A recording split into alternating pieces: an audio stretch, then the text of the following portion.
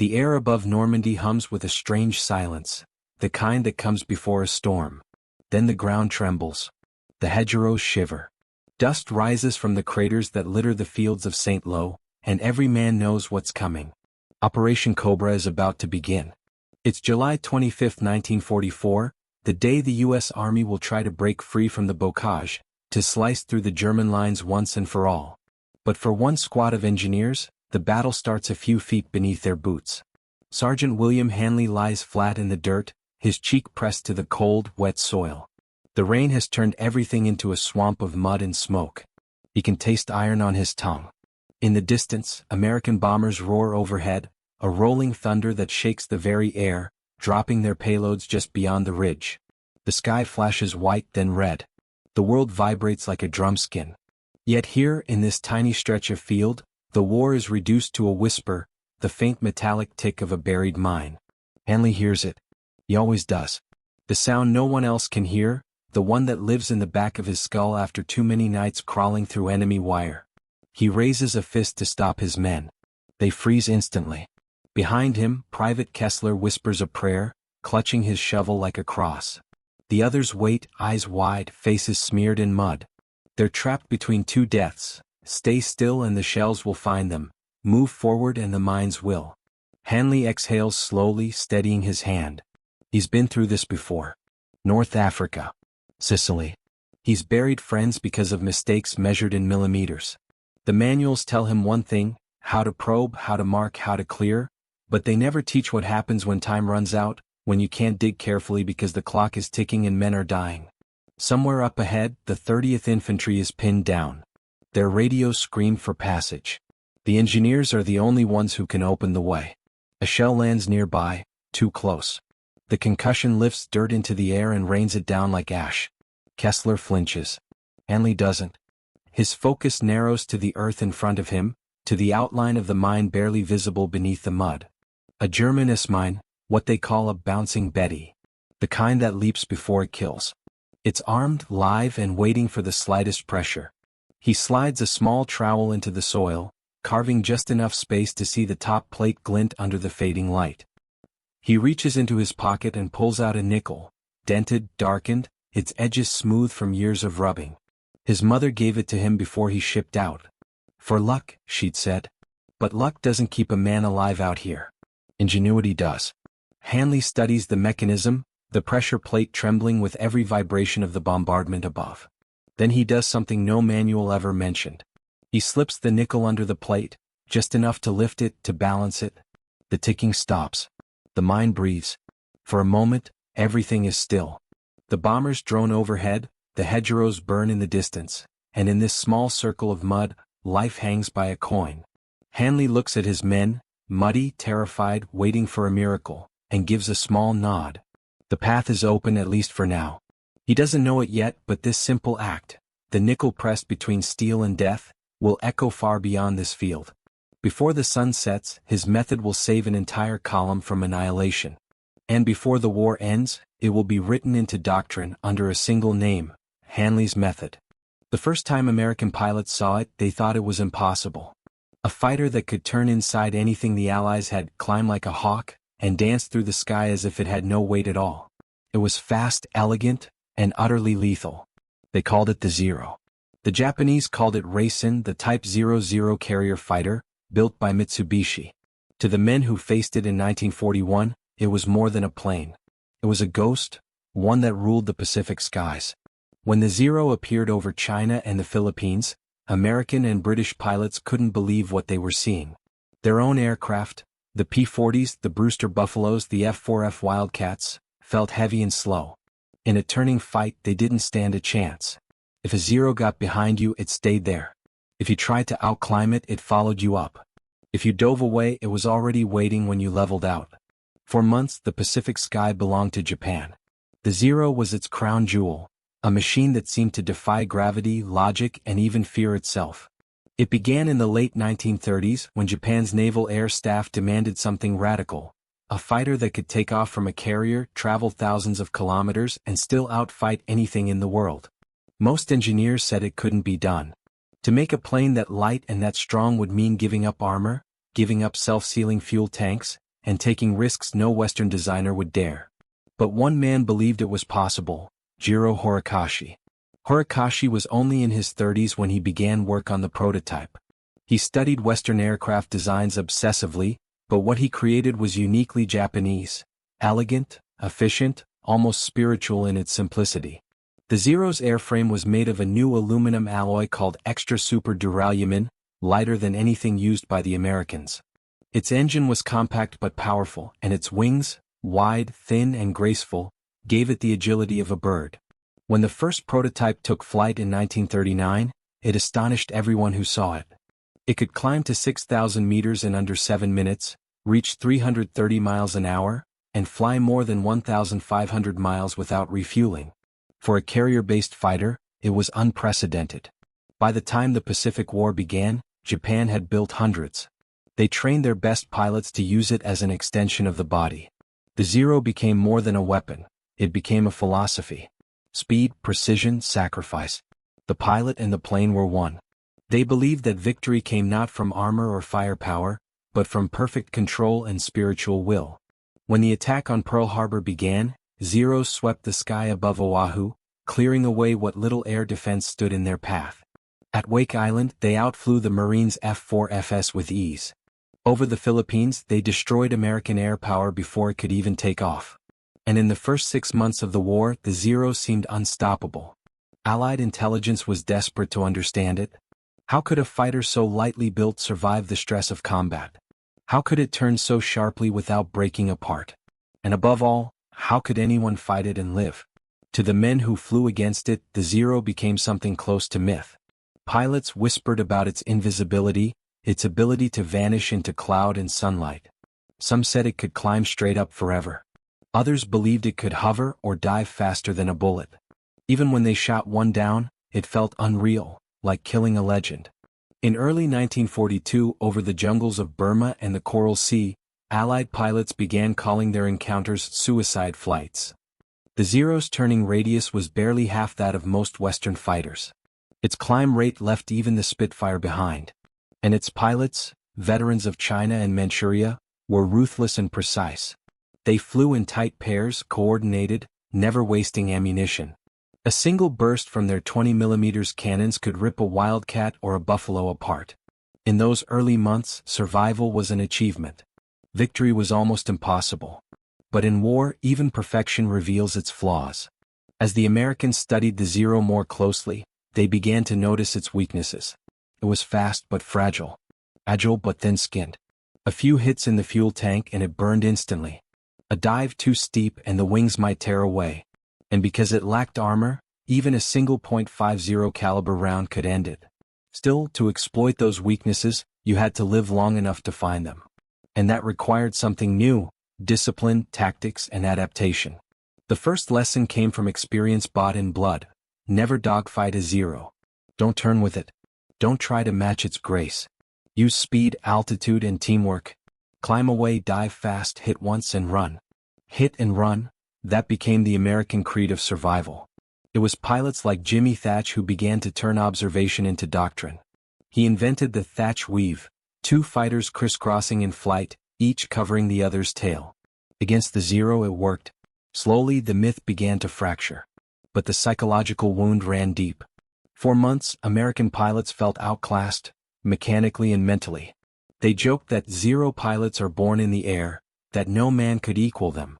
Even when they won, it didn't feel like triumph, it felt like luck. Every new pilot who joined the Pacific squadrons was warned, don't look for a fair fight. Look for a way home. The Zero had done something no weapon had ever done before. It made the enemy doubt their own courage. Its legend grew faster than its wings could fly.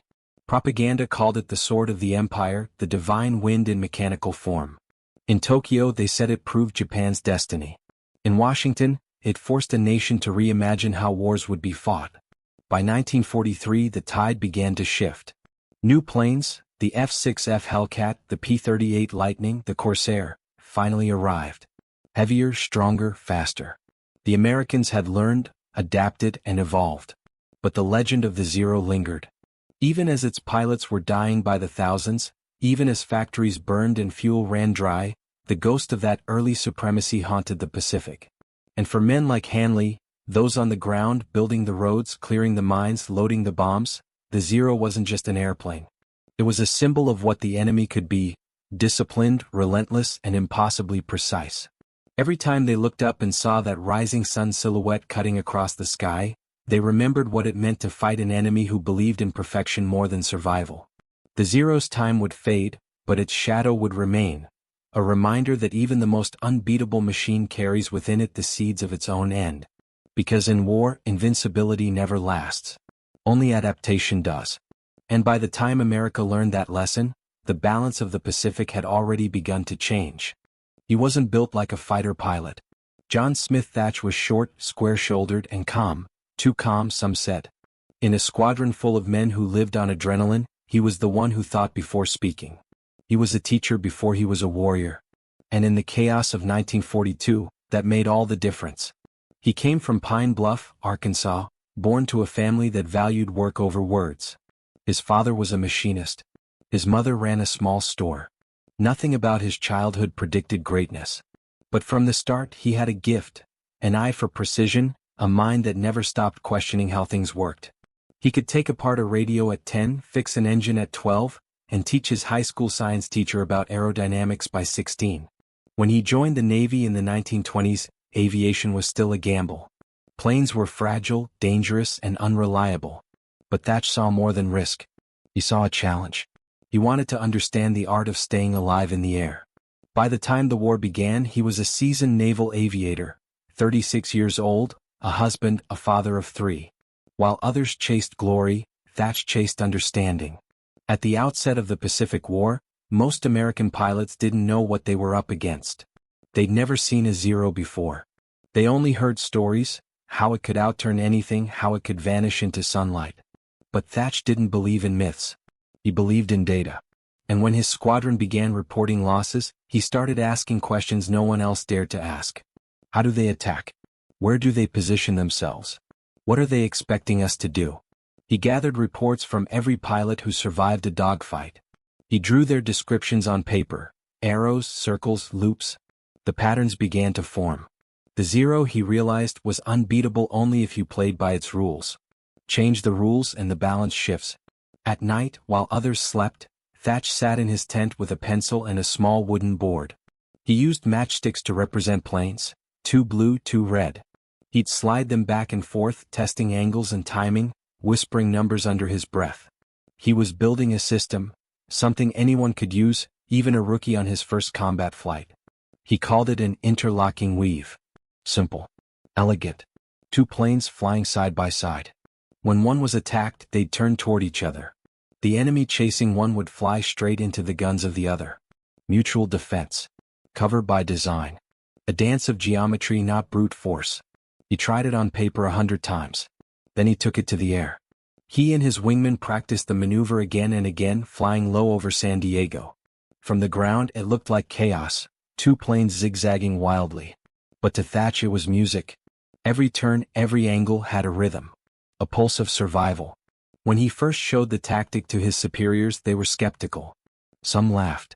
They said it was too complex, too coordinated. That it would never work in the heat of battle. But Thach knew the truth. His pilots needed something more than courage. They needed a plan that turned teamwork into instinct. In June 1942, the theory faced its test. The Battle of Midway. Thach led 6 Wildcats against a swarm of Zeros. The sky was chaos, sunlight flashing off wings, tracers cutting through blue air. One of his pilots was hit early. A Zero locked onto his tail. Without hesitation, Thach called over the radio, steady voice cutting through static. "Weave, boys. Weave now." The Wildcats turned toward each other, crossing paths in perfect timing. The Zero chasing one found itself head-on with the guns of the other. 2 short bursts, and the Japanese plane disintegrated midair. For the first time in the Pacific, a Wildcat had beaten a Zero in a fair fight. Not by speed, not by strength, but by thought. When they landed, Thach's crew gathered around his aircraft. He didn't smile. He didn't boast. He just said, "It worked." And in those 2 words, a legend was born. The Thach Weave spread across the fleet within weeks. Pilots practiced it in every squadron, from the Solomons to the Coral Sea. It turned pairs of fighters into shields for each other. It made discipline more powerful than agility. And it taught young aviators that survival wasn't about being the best, it was about working together. In time, the maneuver became doctrine. Training manuals called it section tactics, but everyone knew where it came from. From one man in one tent, with 4 matchsticks and a mind that refused to give up. What set Thach apart wasn't genius alone, it was humility. He didn't think of himself as a hero. He saw himself as a teacher. After every mission, he'd gather his pilots and ask, "What did we learn?" He believed knowledge could save lives, and that every mistake was a step toward mastery. That quiet, relentless pursuit of improvement became his signature. His wife, Madeline, once said he never brought the war home. When he wrote her letters, he talked about the weather, the boys, the sound of the sea. But between the lines, she could sense the weight, the responsibility of knowing that his ideas decided whether young men lived or died. By the end of 1942, the Navy had finally recognized his contribution. He was promoted, assigned to train new pilots, and eventually given command of Air Group 3. But to him, the real victory wasn't the promotion. It was the moment he saw his students use the weave and come home alive. They called him Jimmy, but his demeanor earned another nickname among his men, the Professor. He listened more than he spoke. He taught by drawing, explaining air combat like geometry on a blackboard. He believed that courage was predictable, but survival was teachable. For every young pilot who faced a zero and made it home, Thach's hand was there, invisible but guiding. His legacy wasn't in medals or headlines, it was in the rhythm of 2 planes crossing paths in the sky, trusting each other with their lives. He proved that intelligence is a form of bravery. That in a world obsessed with might, the sharpest weapon is still the human mind. John Thach never saw himself as extraordinary. He just did what needed to be done with what he had. 4 matchsticks, a pencil, and an idea that saved a generation of men. The Pacific sky was too wide, too empty, and too cruel. Every mission began with the same silence, the kind that settles inside your chest before takeoff. Pilots joked about it, smoked through it, but they all felt it. Once you left the deck of that carrier, you were alone in a world with no horizon. The ocean below looked calm, but it was a graveyard. Thousands of men had already vanished beneath its surface, some in flames, some just gone without a trace. Every fighter that lifted off knew the odds were slipping. Every victory seemed to cost another life. By mid-1942, the U.S. Navy had no illusions left. They weren't fighting for glory anymore. They were fighting to survive long enough to learn. The Japanese Zero still ruled the air. Its pilots, veterans of years of combat in China, moved with lethal discipline. They flew in pairs or trios, perfectly coordinated, their attacks timed like clockwork. American flyers called them the Invisible Ones. They appeared from nowhere, struck once, and disappeared into the sun. The Wildcat, America's main fighter at the time, was tough but clumsy. It could take punishment, armor plates, self-sealing tanks, but it couldn't outrun or outturn the Zero. A fight against 1 Zero was risky. Against 2 it was suicide. Every pilot knew it. And yet, every morning they climbed into those cockpits, strapped down, and launched into the sky anyway. In those early months, entire squadrons vanished. Over the Coral Sea, at Midway, at Guadalcanal, the stories repeated. A group of Wildcats would take off, engage, and never come back. Those who returned often landed with bullet holes through their wings, fuel tanks leaking, landing gear locked. Sometimes they carried their friends' dog tags in their pockets. The radio chatter was always the same. Static, panic, silence. Lieutenant Jimmy Flatley once said, "We were being whipped by superior planes, not superior men." That distinction mattered. It gave the pilot something to hold on to, a thread of pride, a reason to keep flying. But pride alone couldn't stop the bleeding. By late 1942, losses were so high that some squadrons had no veterans left. Rookies were flying after only a few days of instruction. They didn't have time to be afraid, they barely had time to learn. Carrier decks became classrooms and funeral grounds at once.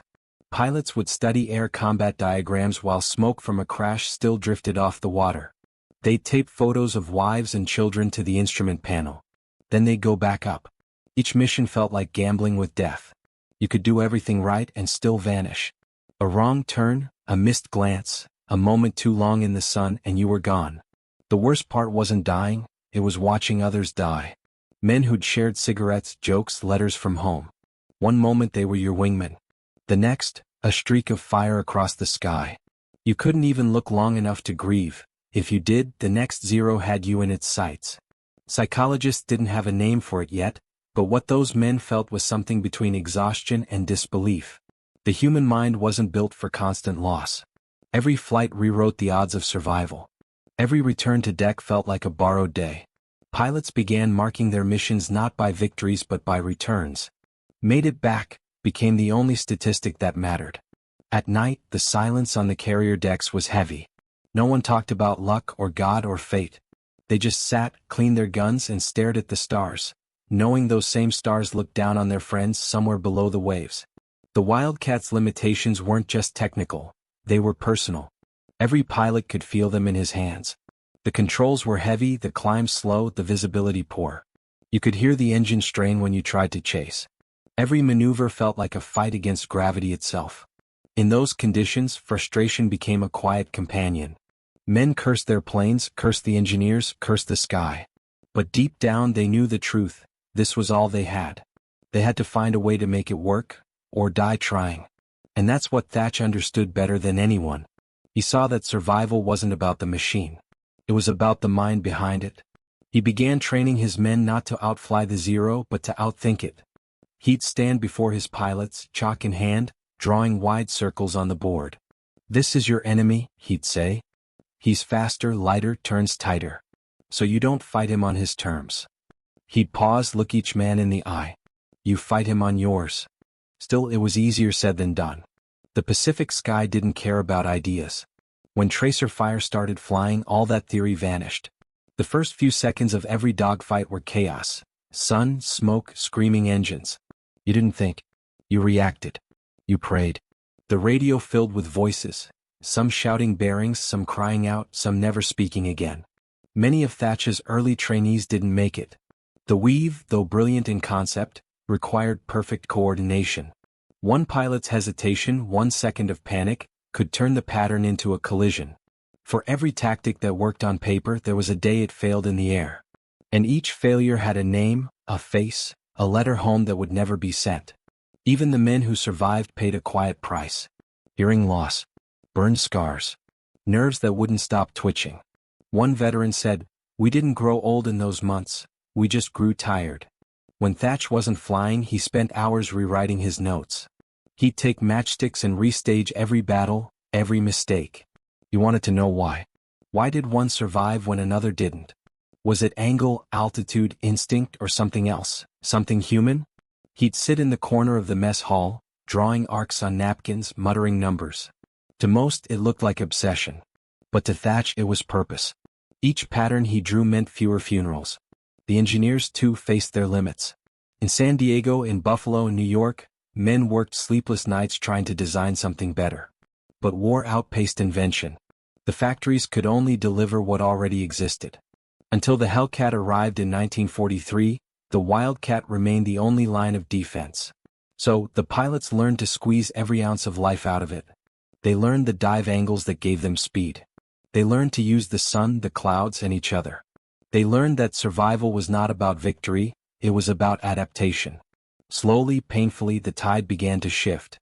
But before that shift, there was the breaking point, the months when even the bravest doubted they'd see another sunrise. Some called it the season of ghosts. Every carrier group carried a list of the missing, names scribbled in pencil, updated daily. Men learned not to ask who was gone until after breakfast. The chaplain's services grew longer, quieter. The letters home shorter, simpler, still here. Still fighting. In that fragile balance between hope and despair, something deeply American began to take shape. A quiet defiance. A refusal to quit. Even when the skies seemed impossible to survive. They started flying smarter, not faster. They started trusting each other more than their machines. They learned to read the sky like a map, to feel danger before it appeared. And in that crucible of exhaustion and loss, the American fighter spirit was reforged. By the time the year turned, the pilots who once feared the Zero had become something else entirely. They were still outgunned, still outnumbered, but no longer outthought. Every maneuver they made carried the memory of the men who hadn't returned. Every time they crossed paths in the sky, they carried Thach's lesson inside them. You don't win by being perfect. You win by being relentless. They had survived the sky they weren't supposed to survive. And because they did, the tide of the war would soon begin to change. It began with 4 matchsticks. In the quiet corner of an officer's mess, far from the chaos of battle, John Thach lined them up on a table. 2 on one side, 2 on the other. He stared at them like a man reading the future. Around him, laughter and conversation drifted through the room. But in Thach's mind, the war had narrowed down to these small wooden sticks, and the space between them. He moved them once, then again. One pair diving toward the other. Then weaving, crossing paths, covering each other's flanks. It looked simple, almost playful. But in that simple motion, Thach was drawing something extraordinary. A way to survive the unsolvable. The Japanese Zero could turn tighter, climb faster, and outmaneuver anything the Americans had. But there was one thing it couldn't do: outthink teamwork. That, Thach realized, was the American advantage. Not steel, not speed, but minds that worked together. He began calling it the beam defense maneuver. Later the men would give it a simpler name. They called it the Thach Weave. It started as a theory, chalk lines on a blackboard, matchsticks on a table. But Thach knew it had to live in the sky. So he chose a partner, Ensign Edward Butch O'Hare, already a legend for single-handedly defending his carrier against a wave of enemy bombers. O'Hare was fast-thinking, fearless, and trusted by every pilot aboard the USS Lexington. Together they'd take the theory into the air. Their first test came on a calm morning over the waters off Hawaii. 2 Wildcats side by side climbing through thin blue haze. They began to weave, crossing paths in slow arcs, each plane watching the other's tail. It felt awkward at first, almost mechanical. Then the rhythm clicked. The pattern became fluid, natural, alive. When an imaginary attacker dove on one Wildcat, the other swung across to cut him off. If the enemy tried to switch targets, he found himself face to face with guns. It was simple, elegant, and devastatingly effective. When they landed, Thach didn't smile. He simply nodded, wiped his goggles, and said, "It works." But no tactic survives theory untested. The real trial would come in combat, under fire, under fear. And that chance arrived sooner than anyone expected. In the summer of 1942, during the Battle of Midway, the air was thick with chaos. American squadrons scrambled against waves of incoming Zeros. Radio chatter cracked with panic. Some pilots never even saw their killers. Thach and his men launched from the carrier Yorktown. They were outnumbered 2 to 1. The Zero pilots came in fast, glittering in the morning light like silver knives. For a moment, it felt hopeless, the same nightmare every Wildcat pilot knew too well. Then Thach called over the radio, "Weave, weave now." The Wildcats began their pattern. One turning left, the other right, crossing paths like a dance. A Zero dove at O'Hare's tail, confident in his kill. But as he pulled the trigger, Thach's guns flared from the opposite side. Tracer rounds tore through the Zero's fuselage. It spiraled down in smoke. A second Zero tried to swing behind Thach, but O'Hare was already there, guns blazing. In less than 2 minutes, the pattern had claimed 2 kills and broken the enemy formation. The Weave had proven itself, not just as a maneuver but as a lifeline. Back aboard the Yorktown, the pilots were silent. Then someone muttered, "Hell, it worked." They all laughed, not out of joy but out of relief. They'd seen something impossible become real. Word spread quickly. From one squadron to another, from one carrier to the next. By the end of the year, every Wildcat pilot knew the pattern by heart. They'd trace it on mess tables, on bulkhead walls, even in the air with their hands. A small movement that meant survival. The Navy officially adopted it. And Thach's name, once just another pilot's, became synonymous with ingenuity. He wasn't a man who built machines. He built trust, pattern, and coordination. He proved that in a war of steel, the mind could still matter most. But the Weave was more than a tactic. It was a philosophy. It embodied something deeply American. A belief that even when you're outmatched, you can still outthink. That discipline and imagination could share the same cockpit. That survival depended on cooperation, not ego. Thach drilled this into his men. He told them, "No heroics. You're not out there to show off. You're out there to bring each other home." It was a sentence that stuck. Because in those skies, heroics were what got you killed. Each pilot learned to trust his partner completely. You watched his tail, he watched yours. If he dove, you dove. If he turned, you turned. It wasn't about instinct, it was about synchronization. And when it worked, it felt like two minds beating with one rhythm. Thach's approach rippled through the fleet. Pilots began thinking differently, not as lone hunters but as coordinated teams. It changed how they flew, how they trained, how they survived. The Wildcat, once considered obsolete, began scoring kills it had no right to claim. The Zero's dominance started to crack. Reports came back from every front. The Weave saved us. Men who'd once dreaded every flight now flew with purpose. For the first time they felt the tide turn, not by luck but by logic. Even Japanese pilots noticed. Captured flyers described frustration. They'd dive for a kill and find themselves under fire before they could blink. They called the new American tactic, impossible. They began to fear it. And fear, Thach knew, was a weapon too. But innovation rarely rests. By 1943, Thach had been reassigned as a tactics instructor, teaching new generations of naval aviators. He brought the same matchsticks, the same diagrams. Young men, barely 20, would gather around listening to his calm voice. He'd say, "Don't fight the plane. Fight the pattern. Fight with your brain." Then he'd smile faintly. Brains are lighter than armor. He never lectured about glory. He talked about survival. He reminded his pilots that war was a long game, and every tactic was a bridge to the next. The Thach Weave wasn't just about evading the enemy, it was about teaching others to think. Many of those young pilots would later call him, the man who taught us to live. The Navy began formalizing his methods into flight manuals. Training films showed the Weave in motion, 2 aircraft, crossing, circling, firing in perfect rhythm. It became required learning for every fighter pilot in the Pacific. And its logic, mutual defense through coordination, would influence tactics for decades. Even after new aircraft arrived, the principle endured. The F4F Hellcat, faster and stronger, used the same cooperative doctrine. The F4U Corsair too. Every squadron carried a trace of Thach's thinking, engraved into the muscle memory of its pilots. The man who once fought with matchsticks had changed how America fought wars. Yet Thach never saw himself as a hero. In his letters home, he rarely mentioned the victories. He wrote about the men, their exhaustion, their courage. He wrote about coffee that tasted like oil, nights that smelled of fuel and sea salt, and the sound of silence after a battle. He wrote about loss, always with a sense of quiet duty. He once said, "The hardest part isn't the fight, it's the waiting for it to begin again." That sentence captured everything about him. The patience, the discipline, the understanding that courage wasn't the absence of fear, it was persistence despite it. In the years that followed, the American way of fighting in the air began to crystallize. It wasn't about reckless bravery or technical superiority.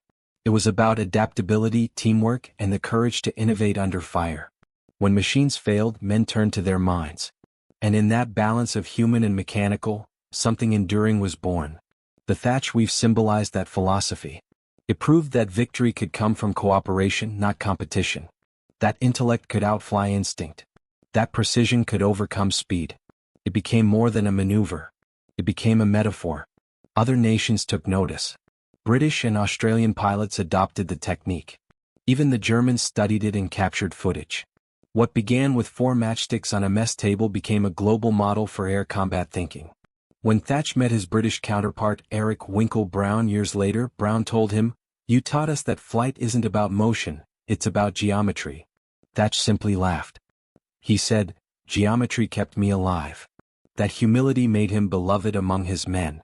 He didn't believe in invincibility. He believed in preparation. And that belief, steady, methodical, unglamorous, became the foundation of post-war American aviation doctrine. By the end of the Pacific War, the numbers spoke for themselves. The Wildcat, once written off as inferior, achieved kill ratios unthinkable a year earlier. The Hellcat, using evolved versions of Thach's tactics, dominated the skies. The once unbeatable Zero became just another target. But statistics only told half the story. The other half lived in the memories of the men who survived because of an idea. They'd tell their children, it wasn't luck. It was a pattern. And they'd mean it. Years later, when historians asked Thach what he thought of his invention, he shrugged. He said, "It wasn't genius. It was necessity. We were just trying to stay alive." That sentence, simple, human, unassuming, summed up the essence of the American way. Not grandiose, not mythic, but quietly determined. Innovation born not in comfort but in desperation. Courage born not from confidence but from care, for the man flying beside you. That was what made it powerful. That was what made it endure. When the war finally ended, Thach returned home older, quieter, but unchanged in spirit. He continued to serve, eventually rising to admiral. Yet, in every interview he avoided praise. He spoke instead about the men who never came back. The weave, he'd say softly, belongs to them. Because in truth, every maneuver, every tactic, every victory in the sky was written in two kinds of ink, chalk and blood. And Thach never forgot whose blood made his lines possible. So when we talk about the mind that outflew the zero, we're not just talking about geometry or tactics or diagrams. We're talking about what happens when human ingenuity meets impossible odds. When survival becomes an art form. When intellect, discipline, and humility become weapons as sharp as any gun. That is the American way. Not just to fight, but to think your way to victory. To look at the impossible and whisper, "We'll find a way." Because sometimes the difference between defeat and survival isn't the plane or the pilot or the luck. It's a man for matchsticks and an idea that refused to die. By the summer of 1943, the Pacific sky had changed. What once felt like a death trap now carried a quiet rhythm, a pattern of survival drawn by men who had refused to quit. The Thach Weave had spread far beyond its creator's hands, from the decks of carriers to the dusty airstrips carved out on coral islands. Everywhere it went, it brought one simple truth: the Wildcat could live again. But for John Thach, victory was never personal. It wasn't about proving genius. It was about giving ordinary men a fighting chance. He'd seen too many faces fade into the smoke to ever call it triumph. To him, the turning point wasn't a battle. It was the moment the Navy began to believe that thinking, not luck, could save lives. At first, it was hard for the higher command to understand. Old habits ran deep. Some officers still believed that individual courage would win the war. They didn't see how two planes weaving together could change history. But combat reports began to pile up, pages filled with phrases like, "enemy destroyed using Thach Weave," and "pair returned safely." Those lines caught the attention of Admiral Nimitz. He read them in silence, the Pacific wind rattling his papers. He knew what he was seeing, a new kind of warfare, born not from orders but from necessity. And in that moment he gave it his blessing. He told his staff, "If it works in the air, it belongs in the manual." Within weeks, official Navy flight schools began incorporating the weave into their training curriculum. What had once been improvisation now became instruction. What had once been desperation became doctrine. Across the Pacific, young pilots were learning to fly like John Thach. They practiced in pairs, tracing invisible patterns across the sky. The instructors' voices echoed across the tarmac. "Trust your wingman. Cross early. Protect the beam." For many of them, it was the first time they felt a plan could outmatch fear. They were no longer just flying, they were thinking. Each new recruit memorized the logic. Every Wildcat or Hellcat that left the deck carried not only fuel and bullets, but the accumulated knowledge of men who had already faced the impossible and lived. That's how survival multiplied. That's how ideas spread faster than fear. By 1944, the results were undeniable. Over the skies of the Marianas, the Great Turkey Shoot proved the doctrine's worth beyond question. American pilots, trained in Thach's methods, faced hundreds of Japanese planes in a single day. But this time they were ready. The Zeros came in fast just as they always had: dive, roll, and vanish. But each time they attacked, they found two American fighters waiting, crossing and firing in perfect synchrony. One protected the other and both survived. By the end of the battle, more than 300 Japanese aircraft had been destroyed. The Americans called it victory. The Japanese called it shock. What changed the war wasn't the number of guns or the thickness of armor. It was something invisible, the network of trust between two pilots who refused to let each other die. When the reports reached Washington, analysts tried to explain the phenomenon. They spoke of aerodynamics, of tactical geometry, of improved gunnery. But the truth was simpler. The weave worked because it was human. It turned instinct into mathematics, fear into timing, isolation into cooperation.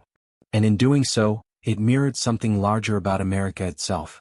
The belief that unity, between minds, between men, could achieve what no machine alone could. That belief became as much a weapon as any bullet. John Thach, now back in the States, watched the transformation with quiet pride. At the Naval Air Training Center in Corpus Christi, he'd stand on the flight line, watching rows of new planes take off into the Texas sun. Each one carried his invisible signature. He didn't say much to the press. He didn't claim credit. He only said, "They're doing what we had to do. That's enough." But others noticed. Time magazine ran an article calling him the man who drew the line that saved the Pacific. He laughed at that headline. He told his wife, it was never a line. It was a lifeline. Meanwhile, in the Pacific, the Wildcat had already passed its torch to newer aircraft, the Hellcat and the Corsair. They were faster, stronger, and deadlier. But even in these modern machines, the old geometry remained. Every cross, every turn, every split-second decision still traced back to those 4 matchsticks on a mess table. The doctrine outlived the machine. Veteran pilots who'd flown with Thach became instructors themselves. They carried his words like scripture: no heroics. Bring your partner home. They passed it down to rookies who had never met him, yet flew as if they knew his mind. It was the invisible inheritance of the American flyer, a philosophy that turned into muscle memory. In time, even the Japanese began to adapt. They tried to mimic the weave, pairing their zeros in similar formations. But the spirit behind it couldn't be copied. Their pilots flew by command, not by trust. The pattern collapsed under pressure because the bond wasn't there. What made the Thach Weave unstoppable wasn't symmetry, it was belief. And that belief spread beyond aviation. Naval strategists began to rethink the entire structure of carrier defense. Ships supported one another like paired aircraft, covering gaps, protecting weak points. The same logic that saved 2 planes now saved entire fleets. In a war built on industry, one man's thought had rippled through every layer of strategy. By late 1944, the shift was complete. The American way of combat had matured, from individual valor to coordinated strength. And in that evolution, John Thach saw something bigger than himself. He saw a nation learning what it truly meant to fight smart. For every victory there had been loss. For every breakthrough a cost. But through it all, the Americans had built something indestructible. A doctrine shaped by necessity, tempered by humility, powered by imagination. When historians later asked Thach what the real turning point of the air war had been, he didn't mention Midway or the Marianas or even the Weave. He said quietly, the turning point was when we stopped flying alone. That was the line that defined him. That was the truth that defined a generation. In the years that followed, the Thach Weave became more than a maneuver in flight manuals. It became a lesson in leadership, in cooperation, in the art of shared survival. Future pilots, engineers, even business leaders would study it, not for its aerodynamics but for its principle. Because at its heart, it wasn't about aircraft at all. It was about people.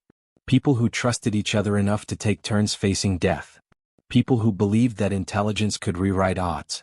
People who turned desperation into doctrine. That's what made it more than a tactic. That's what made it American. When the smoke finally cleared over the Pacific, and the last zero fell from the sky, the men who survived didn't call themselves heroes. They called themselves lucky. But deep down they knew better. They hadn't been lucky, they'd been taught. They'd been led by minds like John Thach, who understood that war was never just about power. It was about adaptation. It was about faith, in the man beside you, in the plan you built together, in the thought that outlived fear. That's how desperation became doctrine. That's how an idea became victory. And that's how a handful of pilots, flying outmatched and outgunned, taught the world what thinking American really meant. The war had ended, but its echoes lived on, not in the roar of engines or the crash of bombs, but in the quiet language of manuals, the sketches in binders, and the words spoken in classrooms. Somewhere in an Army engineering school, a new recruit flipped through a worn field notebook stamped Hanley's method. And across the ocean, in a Navy tactics room, a chalkboard still carried the faint white traces of intersecting lines, the geometry of the Thach Weave. Doctrine they called it. But for the men who had lived it, doctrine was simply survival written after the fact. Hanley's nickel trick had become legend among engineers. After Normandy, reports filtered up the chain, stories of field units improvising safer, faster clearance under fire. His simple coin under pressure technique saved minutes that meant lives. By the time the Army Corps formalized it, the idea had already evolved. from one man's instinct in a muddy field to a principle of controlled pressure management in post-war engineering. Manuals printed in 1945 included a new section, Stabilization of Trigger Mechanisms in Unstable Conditions. The language was clinical, but every line was born from panic, from rain, from mud, and from the sound of a heartbeat against metal. Hanley himself never wrote a book, never gave a lecture. He returned home to Illinois, opened a repair shop, and spoke of the war only when asked. Yet the doctrine carried his ghost. The men who followed used his method in Korea, in Vietnam, in Iraq. Each time more refined, more technical, but still carrying the spirit of that day in Normandy when a single nickel stood between life and death. In the air, Thach's Weave followed a similar path, from instinct to institution. What began as chalk marks on a kitchen floor in 1942 became a chapter in every pilot's playbook. The Navy codified it as Mutual Support Maneuver, Type Thach. Instructors taught it not just as a tactic but as a philosophy, that coordination beats chaos, that teamwork can outthink technology. By 1950, when the jet age roared into existence, the Weave appeared again, not for prop planes but for Sabres and MiGs. It was no longer about wooden wings and radial engines, it was about logic, geometry, trust.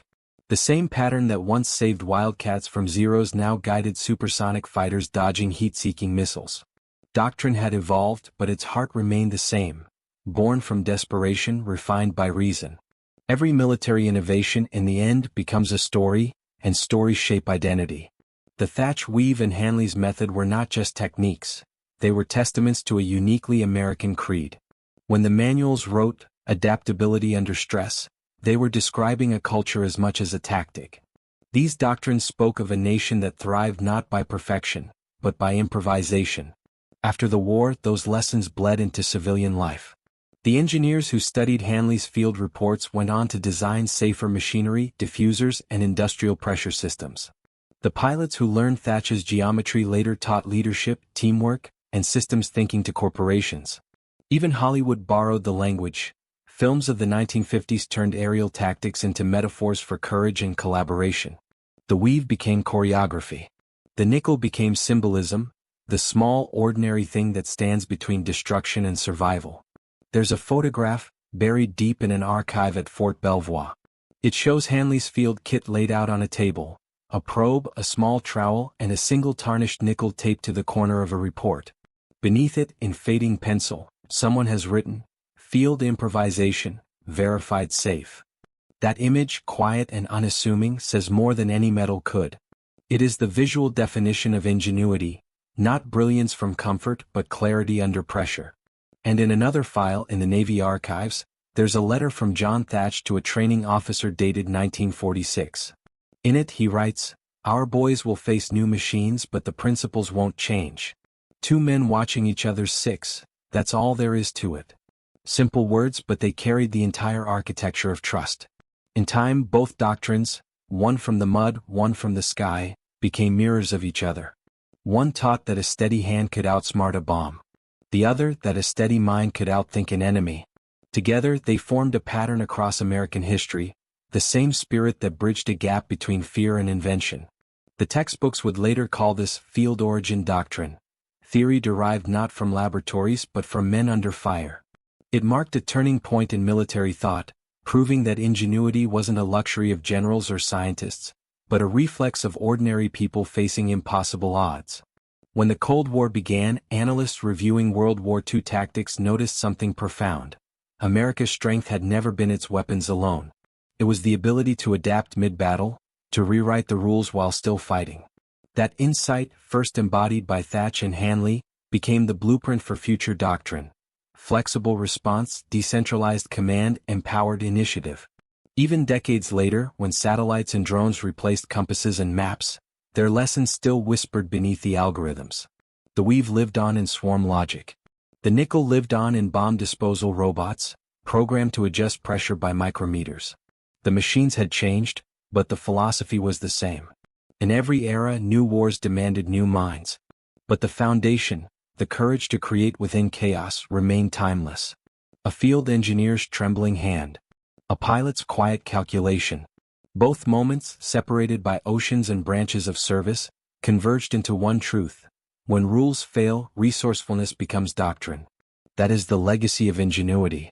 Not medals, not monuments, but an idea that survival depends on imagination. And that imagination, in turn, defines civilization. When the young engineers and pilots of today study the old films and diagrams, they may not remember the names Hanley or Thach. But they live their methods every time they act with calm in crisis. Every time they say, let's try something new. The sound of the nickel lifting a mine. The pattern of two planes crossing in perfect trust. These are echoes of the same instinct, the human need to turn fear into form and uncertainty into art. In the end, that's what doctrine truly is. Not an order written in ink, but a memory etched in the hands of those who refuse to give up. Long after the guns fell silent, the true legacy of men like John Thach wasn't carved into medals or flight logs. It lived in the cockpit, in the way a pilot thought before he moved, in the way instinct fused with reason. The era of the thinking pilot had begun. Thach had never claimed genius. He had simply believed that skill without thought was suicide. To him, flying was not just speed and aggression. It was geometry, prediction, and partnership. Every flight was a chess game played at 300 miles an hour. Every decision was made in fractions of a second, yet rooted in calm, methodical thought. That mindset became the backbone of American aviation in the decades that followed.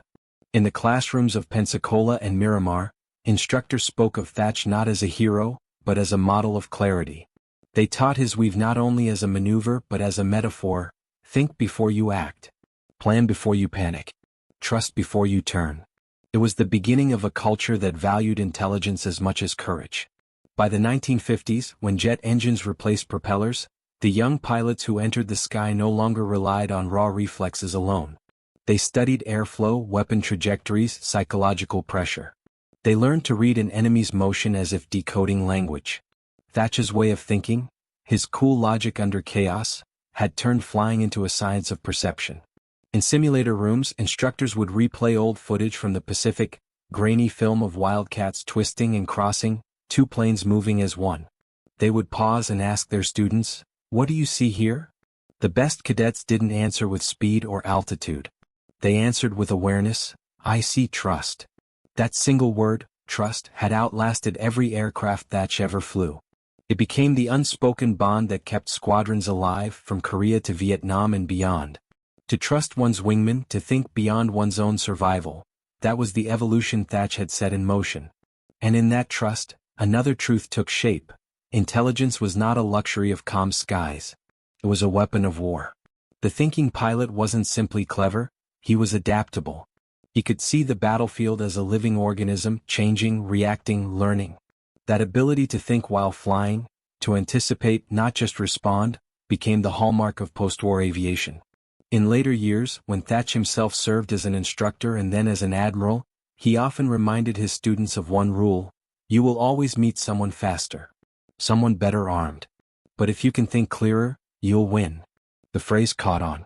It appeared in Navy journals, in debriefing rooms, even on motivational posters in squadron halls. Think clear, fly true. It summed up everything he stood for. As technology advanced, radar, missiles, digital avionics, the world began to believe machines could replace instinct.